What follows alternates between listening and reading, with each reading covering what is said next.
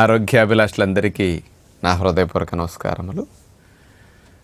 Mouth source అనేవి mouth ulcers అంటారు కదా, అలాంటివి అసలు ఎందుకు వస్తాయి, వాటిని సింపుల్గా తగ్గించుకుని మరలా రాకుండా చేసుకోవాలంటే ఏం చేస్తే బాగుంటుంది, ఈరోజు ముఖ్యంగా తెలుసుకోబోతున్నాం.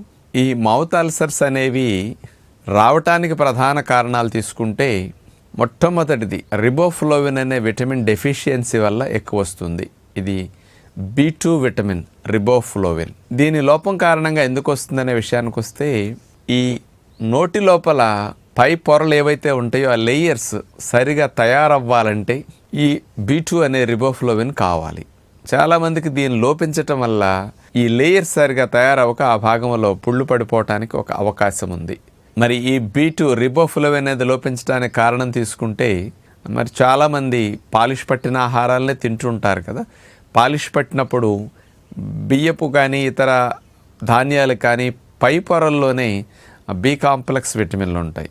ఇవన్నీ చెక్కేయటం వల్ల తవుళ్ళలోకి వెళ్ళిపోతాయి. అందుకని మనకు అందాల్సిన B కాంప్లెక్స్ విటమిన్లు తవుళ్ళలోకి పోవటం వల్ల లోపం వచ్చేసి ఎక్కువ సమస్య వస్తుంది. బాగా వేపిన, కుక్ చేసిన, ఎక్కువ వాట్ చేసిన ఆ B కాంప్లెక్స్ విటమిన్స్ కూడా వాటర్లో లాస్ అయిపోతూ ఉంటాయి. ఇలాంటి కారణంగా ఎక్కువ సమస్య రావటం మెయిన్ రీజన్ అయితే, రెండవ రీజన్ ఏంటంటే స్ట్రెస్ వల్ల ఎక్కువ వస్తుంటాయి. ఈ మౌత్ సోర్స్ అనేవి స్ట్రెస్ వల్ల రావటం 40% రీజన్ అని ఇప్పుడు పరిశోధనలు చెప్తున్నాయి.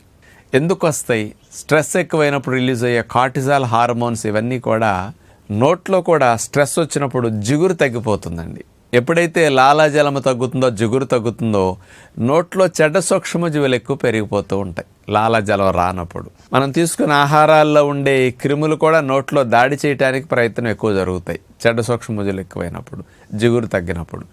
అంచేత అల్సర్స్ రావడానికి స్ట్రెస్ ఒక రీజన్. ఇక మూడవది, నోట్లో హైజీన్ సరిగా లేకపోతే రకరకాలుగా బ్యాక్టీరియల్ ఇన్ఫెక్షన్స్ వచ్చి ఎక్కువ ఇబ్బంది పెడుతుంటాయి. అన్నీ బాగున్నా బ్యాక్టీరియల్ ఇన్ఫెక్షన్ వల్ల అల్సర్స్ వస్తూ ఉంటాయి అన్నమాట. ఇక నాలుగవ రీజన్, నిద్రలేమి వల్ల కూడా ఈ మౌత్ సోర్స్ వచ్చే అవకాశం ఉంటుందన్నమాట. మరి ఇలాంటి మౌత్ సోర్స్ వచ్చినప్పుడు లోపల ఎలాంటి ఇబ్బంది ఉంటుందంటే, ఇవి అంచొమ్మట రెడ్గా ఉంటాయి, లోపల తెలుపు రంగులో ఉంటుంది ఆ పుండు భాగం మధ్య భాగంలో.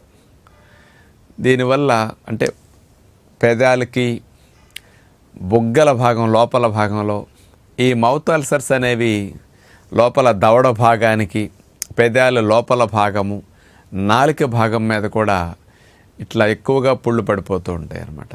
దీనివల్ల వచ్చినప్పుడైతే మంచినీళ్ళు కూడా సరిగా త్రాగటానికి ఇబ్బందికరంగా అనిపిస్తుంది.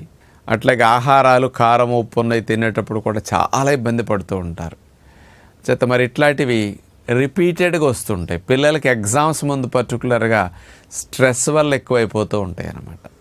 ఈ మౌత్ సోర్స్ని, అల్సర్స్ని తగ్గించుకోవాలంటే రిబోఫ్లోవిన్ బాగా లభించే మొట్టమొదటి ఆహారం, నెంబర్ 1 సోర్స్ తాటి బెల్లం.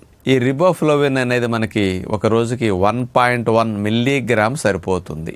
మరి 100 గ్రాముల తాటి బెల్లంలో 432 మిల్లీగ్రాముల రిబోఫ్లోవిన్ ఉంటుంది, హయ్యెస్ట్ రిబోఫ్లోవిన్.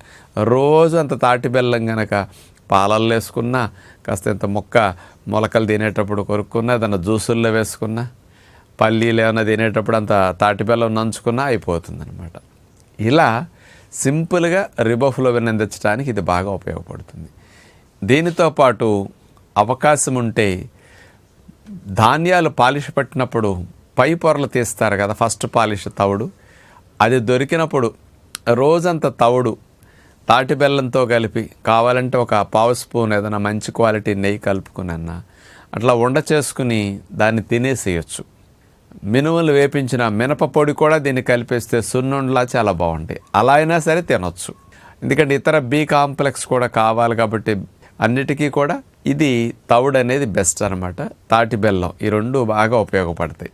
ఇక రాకుండా చేసుకోవటానికి ఫర్దర్గా ఇట్లాంటివి ఉపయోగించుకుంటే రాకుండా ఉంటాయి. సాధ్యమైనంత వరకు వచ్చినప్పుడు అల్సర్స్ త్వరగా హీల్ అవ్వటానికి ఏం చేయాలి?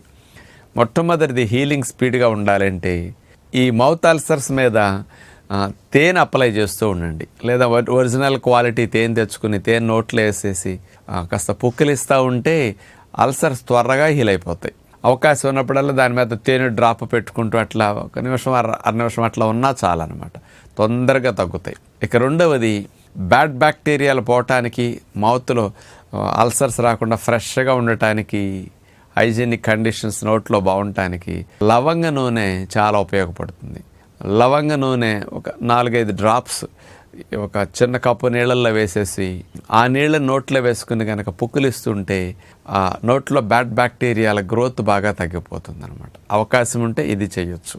ఇంకొకటి ఏమిటంటే యాపిల్ సైడర్ వినిగర్ అనేది పొట్టకు కూడా మంచిదే కాబట్టి కాస్త నీళ్ళల్లో కలుపుకు త్రాగమంటాం కదా, అలాంటి యాపిల్ సైడర్ వినిగర్ తీసుకుని కాస్త ఒక కప్పు నీళ్ళల్లో కలుపుకున్నది కొద్దిగా దాన్ని నోట్లో పోసుకుని పుక్కిలించటం ద్వారా కూడా యాంటీ బ్యాక్టీరియల్గా బాగా పనికొస్తుంది. ఆ పుళ్ళు పడకుండా నోట్లో గుడ్ బ్యాక్టీరియాలు పెరిగి బ్యాడ్ బ్యాక్టీరియాలు తగ్గడానికి కూడా ఇది బాగా ఉపయోగపడుతుంది అనమాట. ఈ మౌత్ అల్సర్స్ భవిష్యత్తులో రాకుండా ఉండాలంటే సాధ్యమైనంత వరకు పాలిష్ పట్టని ధాన్యాలు, ముఖ్యంగా అన్నంగా వండుకునేటప్పుడు అట్లా ఉపయోగించాలి. ఒకవేళ పుల్కాలు లాంటివి వాడుకోవాలంటే పాలిష్ పట్టకుండా మల్టీగ్రెయిన్ పాలిష్ పట్టకుండా అట్లాంటివి తీసుకుని వాటితో పుల్కాలు చేసుకుంటే కూడా పోషకాలు బాగా వెళతాయి. మనకు అవకాశం ఉన్నప్పుడల్లా కొంచెం డ్రై నట్స్ కానీ స్ప్రౌట్స్ కానీ ఇట్లాంటివి తింటే అన్ని రకాల బి కాంప్లెక్స్ విటమిన్లు బాగా వెళతాయి మనకి. దీని ద్వారా ఫర్దర్గా బాడీలో ఇబ్బంది లేకుండా, లోపం రాకుండా ఉండి లేయర్స్ బాగా డెవలప్ అవుతాయి. అంటే ఇట్లా మంచి ఆహారాలు తిన్నప్పుడు ప్రేగుల్లో గుడ్ బ్యాక్టీరియా బాగా పెరుగుతాయి, బ్యాడ్ బ్యాక్టీరియా తగ్గుతాయి. గుడ్ బ్యాక్టీరియా పెరిగేసరికి వాతావరణం అంతా హెల్దీగా ఉండేసరికి కూడా మౌత్ అల్సర్స్ రాకుండా పొరపాటున ఎప్పుడు వచ్చినా తొందరగా హీల్ అయిపోతాయి. కొంతమందికి రోజుల తరబడి పుండు మానవు, చాలా ఇబ్బంది పెడుతుంటాయి. అందుకని ఇటు పోషకాహారం తీసుకోవటం, ఇటు పరిశుభ్రత సంబంధమైన విషయాలు మార్చుకోగలిగితే బాగుంటుంది. స్ట్రెస్ బాగా తగ్గించడానికి భ్రామరీ ప్రాణాయామం బాగా పనికొస్తుంది. అందుకని ఎవరికైతే స్ట్రెస్ ఎక్కువ ఉండి అల్సర్స్ వస్తున్నాయి అనుకుంటారో వాళ్ళు స్ట్రెస్ తగ్గటానికి రెగ్యులర్గా ఉదయం ఒక 21 మినిట్స్, సాయంకాలం ఒక 21 మినిట్స్ ఒక నెల చేసేసరికి భ్రామరీ ప్రాణాయామం ద్వారా స్ట్రెస్ బాగా తగ్గుతున్నదని సైంటిఫిక్గా రుజువైంది. కాబట్టి ఇలాంటివి అభ్యాసం చేస్తే మౌత్ అల్సర్స్ నుంచి త్వరగా బయటపడటానికి అవకాశం ఉంటుందని విజ్ఞప్తి చేస్తూ నమస్కారం.